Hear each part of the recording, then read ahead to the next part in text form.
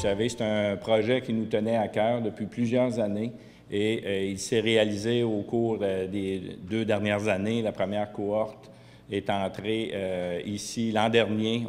On était très, très heureux d'inaugurer le centre avec la première cohorte en septembre 2017. Justement, dans l'année du 150e anniversaire de la protection de la faune du Québec, je pense que le moment ne pouvait pas être mieux choisi. Pour les aspirants qui sont ici présents, le passage au centre constitue la dernière étape à franchir pour devenir un agent avant de travailler sur le terrain.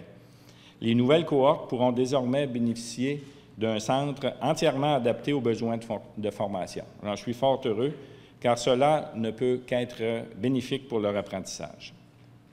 Le centre peut former jusqu'à 2 cohortes par année. Normalement, il est prévu une cohorte annuelle, soit des mois de mars au mois de juin. Donc, on est capable d'attribuer les aspirants aux régions au début de l'été. Et comme ça, ils peuvent commencer leur fonction en plein dans la forte saison. Le centre ici, actuellement, fonctionne à raison de 2 cohortes par année. On est en recrutement intensif. Et c'est pourquoi il y a 2 cohortes par année. Il va y en avoir une autre de septembre à décembre. Et en 2019, c'est la même chose. On prévoit 2 cohortes, une de mars à juin et une de septembre à décembre. Et l'objectif, c'est pas de rester à 378 agents, mais c'est bien de remonter à 425 agents de protection de la faune. Donc, dans les prochaines années, les perspectives d'emploi sont bonnes dans notre métier et la progression en emploi pour nos jeunes est très bonne également. Ils vont accéder rapidement à des postes réguliers dans la fonction publique. Donc, on a encore quelques postes saisonniers, mais les postes réguliers vont être disponibles plus rapidement. Monsieur Marois, tout d'abord, décrivez-nous le rôle d'un agent de la faune. Bien, le rôle de l'agent de la faune est de protéger la faune et ses habitats. Donc, on est, nous, des agents de la paix et on a, à ce moment-là, à faire l'application des lois qui encourent la chasse, la pêche, le piégeage, ainsi que tous les habitats fauniques. Donc, on est un peu la police de la forêt. Vous êtes rattaché au ministère, en fait, de la forêt oui. et de la faune? On est rattaché au ministère Forêt, Faune et Parcs, donc du gouvernement du Québec. On est des employés gouvernementaux. Et notre champ d'action est la province au complet. Donc, au même titre que la Sûreté du Québec, on couvre la province au complet avec à peu près 80 bureaux pour la province. Est-ce que vous ne touchez que les forêts publiques? Est-ce que vous touchez aussi les forêts privées? Oui, forêts publiques, forêts privées, les EC, les pourvoiries, les rivières à saumon, tout ce qu'il y a, tout le territoire québécois, c'est nous autres qui avons la juridiction de protection là-dessus. Le centre aussi est un outil indispensable pour faire la formation continue de notre personnel. Dans le métier qu'on exerce, les agents de protection de la faune ont des pouvoirs qui sont extraordinaires. Ce n'est pas tous les gens qui travaillent dans la fonction publique qui ont le pouvoir de mettre en état d'arrestation des gens, d'intervenir de façon très importante dans la vie des citoyens avec qui ils interagissent. Donc, la promotion qu'on fait à l'intérieur de notre organisation, c'est la promotion de l'excellence des pratiques. Puis pour que ça se manifeste, il faut que nos agents soient bien formés et soient formés dans les meilleures conditions possibles. Le centre ici et l'équipement dont on avait besoin, la localisation est parfaite également pour continuer d'effectuer cette formation-là ici à Duchesnay, comme on dit dans notre langage habituel. Évidemment, si vous jouez ce rôle, c'est parce qu'il y a de la délinquance, en fait, dans les forêts. Pourquoi les gens, justement, fraudent dans nos forêts? Bien, on rencontre souvent des gens qui vont le faire pour une certaine valeur monétaire. Donc, on a des gens qui vont braconner, que ce soit du gros gibier, du poisson pour la vente. Un peu, des fois, certains trocs qui vont faire avec ça. D'autres fois, ça va être pour l'occasion. 2 orignaux, on est seul, là, on prend une chance, on met 2 orignaux, on va chercher des personnes après. Donc, c'est un peu tout ça. Puis souvent aussi, les gens nous disent que quand on interroge des braconniers ou des choses comme ça, les gens nous disent des fois aussi que c'est pour le thrill un peu, puis être un peu contre la loi. Là. Ils font ça de cette façon-là. Oui, et on parle particulièrement des gros gibiers, le poisson aussi, j'imagine. Bien, de ce côté-là, on a tout ce qui est espèces fauniques du Québec, indigènes au Québec. Donc, tous les gros gibiers, le poisson, les oiseaux migrateurs, même de plus en plus, on vit avec les gardes en captivité. Donc, on a beaucoup de gens qui ont, exemple, des sangliers, des daims, des cerfs rouges. Ça fait partie de notre mandat aussi, ainsi que toute la partie habitat faunique, qui est un peu moins connue de la part des gens. Exemple, je sais pas moi, quelqu'un qui voudrait faire une traverse à gué dans une rivière, mais qui viendrait avec une pelle mécanique prendre du sable, de la roche dans le fond de la rivière pour le déplacer, faire un chemin ou des choses comme ça. Bien, ces causes d'habitat faunique-là au niveau des cours d'eau, au niveau des lacs, bien, c'est nous autres qui couvrent ces parties-là aussi.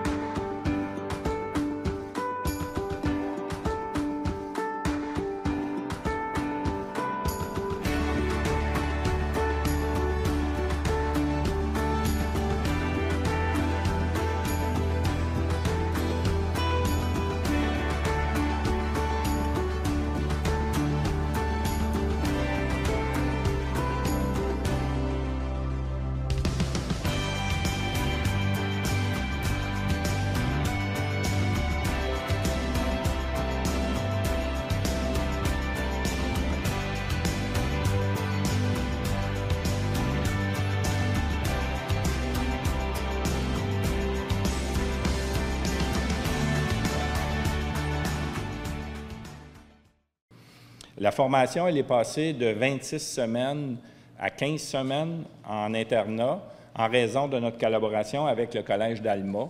Depuis que le niveau d'embauche a été rehaussé au niveau collégial, donc il y a une attestation d'études collégiales qui permet de raccourcir la formation initiale parce qu'on engage des aspirants qui sont plus prêts à occuper la fonction. Le programme préconise les approches expérientielles par compétences et englobe, pour en nommer quelques-unes, des techniques d'interrogatoire, des simulations, des plateaux d'observation, des techniques d'arrestation et d'analyse de scènes de braconnage. Cette inauguration tombe à point nommé à quelques semaines après la fin des célébrations du 150e anniversaire de la protection de la faune du Québec. Des hommes et des femmes de chez nous ont consacré et consacrent encore leur carrière à remplir le mandat d'agent de protection de la faune, et ce depuis 1867. Quelle belle façon de se tourner vers l'avenir après avoir regardé avec fierté notre passé. Cet équipement est à la fine pointe et contribuera sans doute à l'atteinte de la vision 2025 de la protection de la faune du Québec, qui, entre autres, promouvoit, comme je le disais, l'excellence des pratiques dans la fonction. Qui peut devenir agent de la faune? Chez nous, qui peut devenir agent de la faune? À la base, on a un AEC, donc une attestation d'études collégiales maintenant, que les jeunes peuvent aller faire à Alma. Donc, suite à leur secondaire, les gens peuvent se présenter là-bas pour faire ça. Donc, ça, c'est le cours, c'est l'entrée directe chez nous. Par la suite de ça, bien, on a aussi des gens qui sont du côté conventionnel, qu'on appelle un peu plus. C'est des gens qui sont déjà sur le marché de l'emploi, mais qui auraient un background faunique, qui ont fait un cours, exemple, un technicien de la faune ou des gens qui auraient travaillé comme assistant en protection de la faune dans un certain territoire. Mais par la suite de ça, ils peuvent être admissibles. Okay. Par contre, pour rentrer chez nous, il y a un processus. Donc, si vous êtes d'Alma ou que vous soyez un conventionnel, vous devez passer un concours ministériel qui est affiché sur Internet, sur le site du MFFP. Vous vous inscrivez, vous faites le concours. Si vous réussissez ce concours-là, il y a une entrevue. Vous serez convoqué à une entrevue si vous êtes dans la sélection de candidats.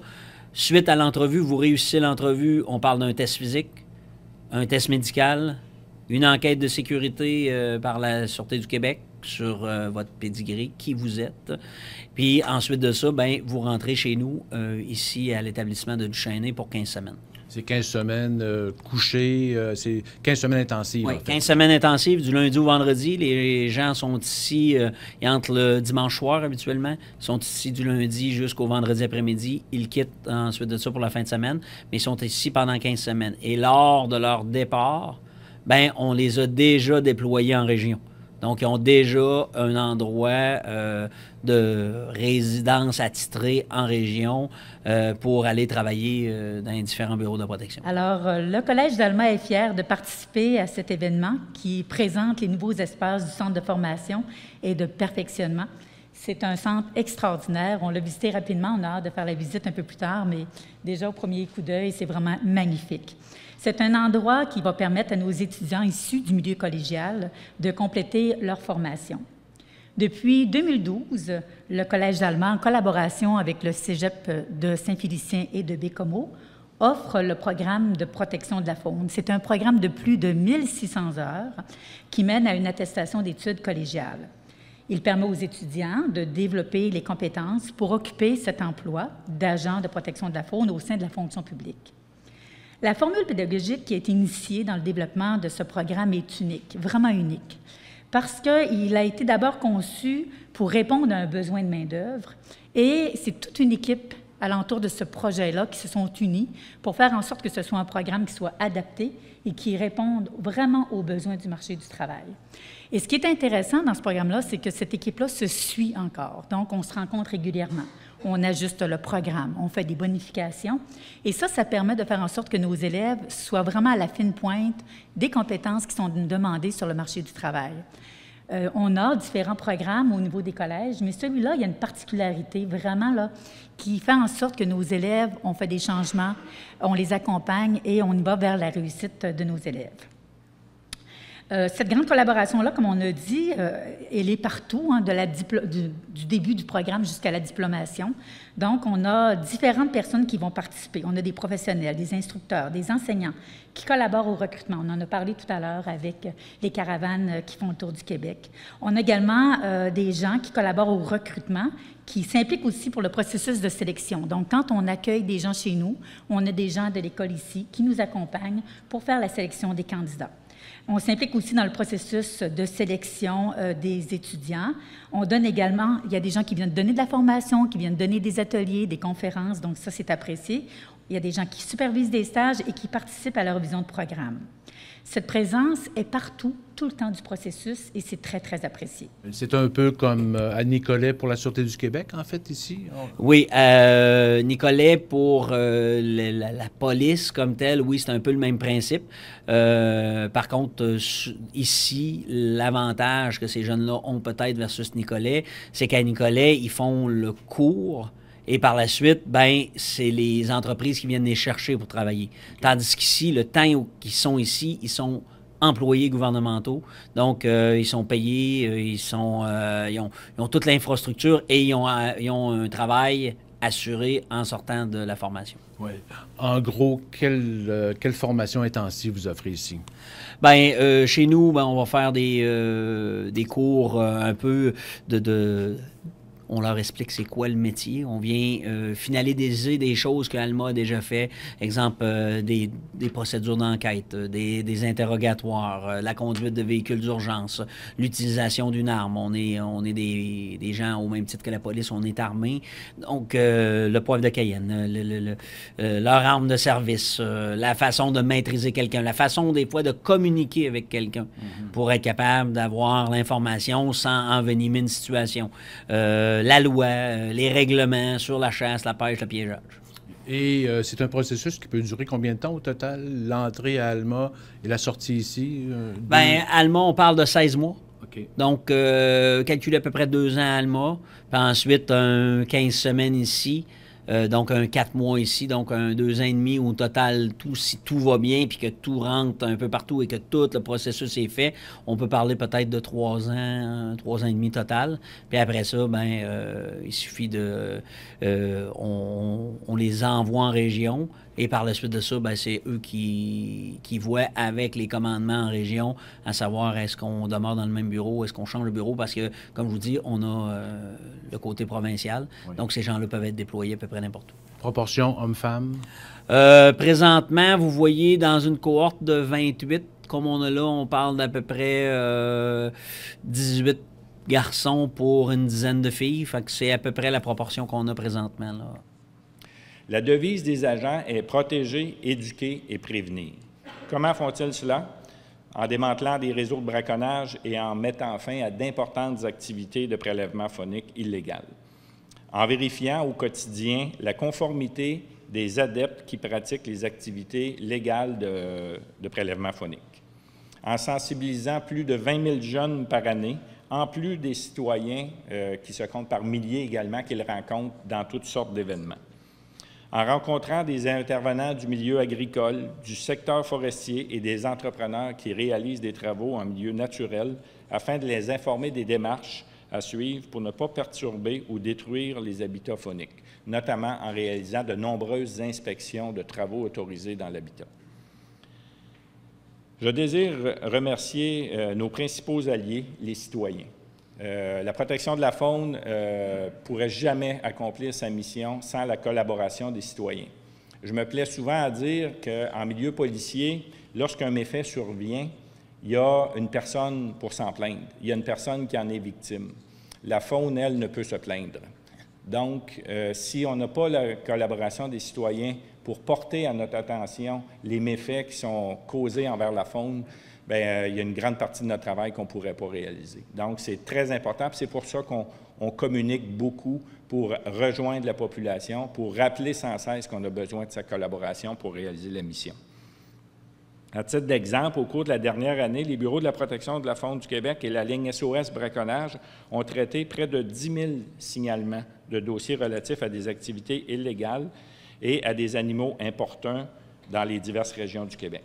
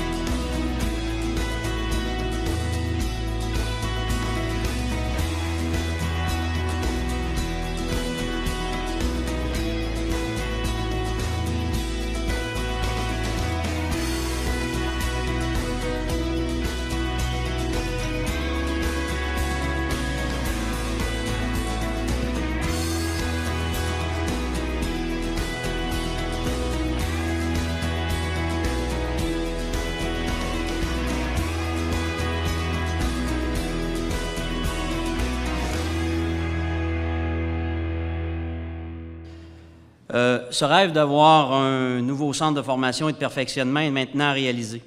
Et je suis honoré d'être le premier chef de service de cette nouvelle ère de formation. Nous présentons maintenant un nouveau programme de formation initiale basé sur une approche pédagogique par compétences encadrée par une stratégie expérientielle. M. Rioux vous en a parlé tout à l'heure. Les agents de protection de la faune en formation au centre sont plongés dans le réalisme des interventions qu'ils auront à réaliser. Le tout dans un environnement contrôlé et dirigé de main de maître par les instructeurs qualifiés du service de formation. Je tiens à les remercier ce matin pour leur implication, car sans eux, ce programme ne pourrait pas avoir lieu. Je remercie également un personnel qui est un peu plus dans l'ombre et qu'on ne voit un peu moins ici à l'intérieur du centre, donc le personnel administratif du centre. Madame Lynne Lachance, technicienne en administration, Madame Julie Voyer, mon adjointe, Monsieur André Fournier, l'appariteur, ainsi que la coordonnatrice des programmes, Madame Manon Tremblay, qui sont au cœur de la réussite de nos aspirants. Les nouveaux aspirants formés en grande partie dans le cadre de l'attestation d'études de Mme Gagné à Alma performent maintenant à la hauteur des aspirations de la Direction générale de la protection de la faune. Grâce à ce nouveau centre, nous sommes maintenant en mesure de proposer au personnel de la protection de la faune du Québec des formations initiales et des formations continues. Ces formations nous permettront de conserver notre professionnalisme à un niveau élevé ainsi que de demeurer la référence pour tous en ce qui a trait à la protection de la faune et ses habitats. Notre plan de développement étant maintenant établi, il nous permettra de maintenir à jour les savoirs, savoir-faire, savoir-être des agents ainsi que s'assurer de leurs compétences tout au long de leur carrière.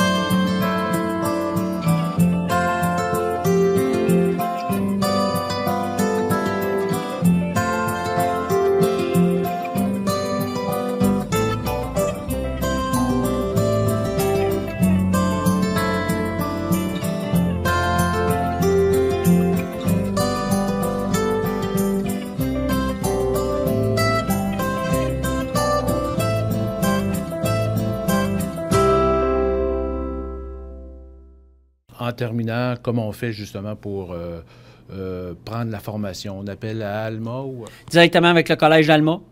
Vous tapez Collège d'Alma, protection de la faune, ça va vous amener sur le site de Expertise Formation Continue à Alma. Eux vont vous renseigner au complet pour la formation. Et s'il y a des gens qui voudraient le faire de façon conventionnelle, comme je le disais tantôt, sur le site ministériel, aller s'informer pour les concours ministériels, s'inscrire au concours, puis c'est comme ça qu'on va fonctionner. Sylvain Marois, merci beaucoup. Merci, M. Beauchaudet.